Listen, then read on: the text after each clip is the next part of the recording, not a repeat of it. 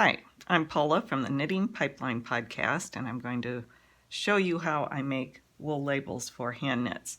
This is a little baby hat. It is Cabled Baby Hat by Paulina Chin, and then it has a set of cabled mittens that go with it. I'm just going to put, I think, the label on the hat, and I'm going to put initials on it. So I found this wool in my wool stash. It's a herringbone, so actually it's very fortunate because it has lines on it that I can use as a guideline. But if you don't have fabric like that, you can use any wool and take some painter's tape, which I should have brought over here, and put your painter's tape so you can see the top of where you want your embroidery to go and the bottom of it.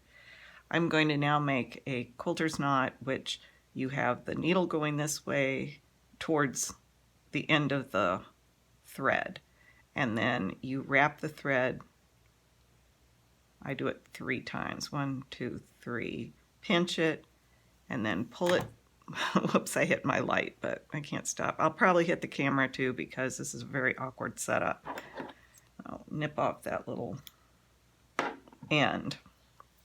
Okay, so the pin marks the furthest down that I want this, because I think, oh, now I don't really like it, but anyway, I think I might make it so here you can see it better. So it's one of those labels that you can see on the outside. Actually, the black looks better, but for this purpose, we're going to use the gray to show you, and I can always do a different label if I decide. So the initials are A, J. So I'm going to use this line down here, and I'm going to do a regular back stitch, which I have my knot in. I'm going to come from below, pull it up, and then move forward and down. And I do the poke and stab method. I think you can do this with a easier motion, do it together, like go up, down, and up. But I like this method, especially for initials. And that first stitch was a little big, but this is just, I'll probably end up doing a different label because I probably won't like this when I get done because I feel like I'm sort of hurrying. It's very hard to mark wool, I think. I could be using a marking pen, but I'm going to try just winging it and imagining the letters in my mind. I'll see how that turns out.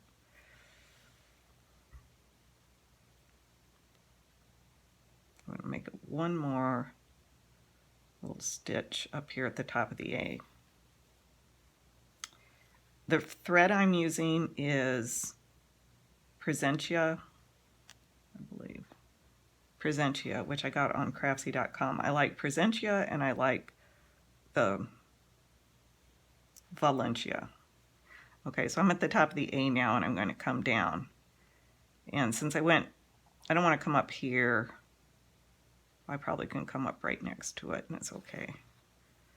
You don't want to come up in the same hole. And up, down, and then you're going to go forward. I'm sure there are loads of better tutorials on how to do a back stitch, but this is the best I can do for here.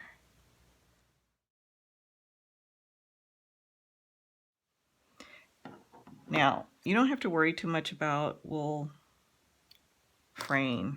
Okay, there's the label. And I want it to go, if I want to do this with it and turn it up, I need to cut maybe on that line.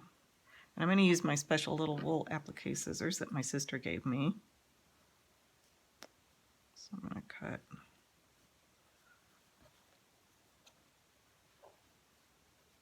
here. Actually, I want that a little shorter. I do need to leave enough room for blanket stitch around it. And that would be probably about in the middle of there. A little crooked, but not too bad. So then this, if I stitch it on, I'll put it like this, and I'll do blanket stitch all the way around. So that'd be a label on the outside of his hat. And I don't even know if I can tell where the join is. I think it's here. It doesn't really matter, pretty much. But yeah, then if he's at daycare or whatever, then everybody will know that it's his hat. So then I'm going to rethread my needle and do blanket stitch here. Blanket stitch is pretty easy, but you just have to think a little to get it started. And when you cut your thread, it should be elbow length. I don't count the tail in that, so I just go like that. It does really make a difference. I used to always cut my threads too long and then they knot, although this pearl, and I didn't say that, it's pearl cotton embroidery thread. Now, a lot of times you can put this on the inside of the, that's crooked, that's all right, inside of the neck, or you could put this on the hem of the sweater.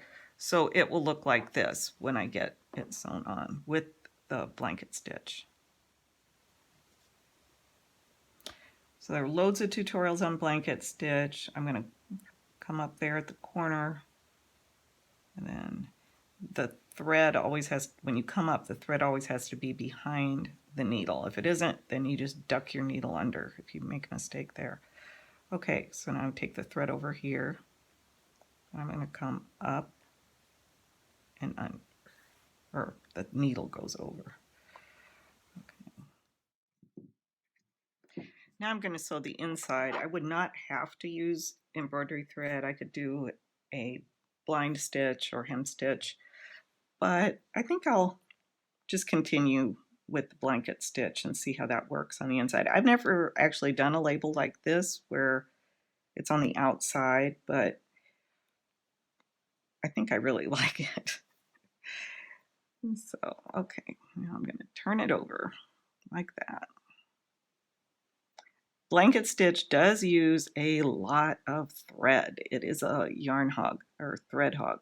Okay, I'm going to come up to get a new thread started. You come up where you left off. Wherever you left off is where you start. And then I'm trying to make it look like there's no break there.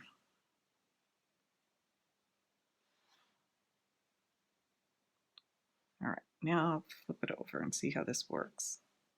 Okay, I think it'll be fine. Just to make it easier, I'm going to turn it wrong side out.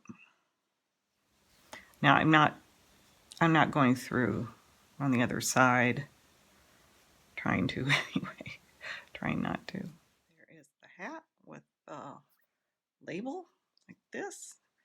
So at his daycare, or if they're out, whatever, I can identify it as his. Another thing you could do is do duplicate stitch initials on the, which is what I might do on the mittens. Put his initials back here in duplicate stitch. Thanks for watching.